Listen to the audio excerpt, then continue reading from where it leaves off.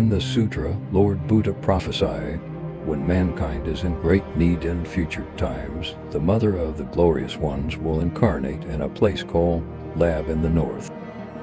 Her name will be Dronma, and she will benefit innumerable living beings through the generation and completion phases of visualization practice.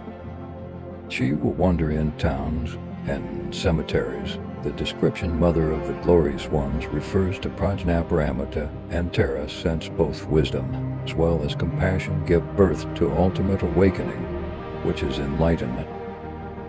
Machig Labji Drönma was recognized as the person referred to in this prophecy.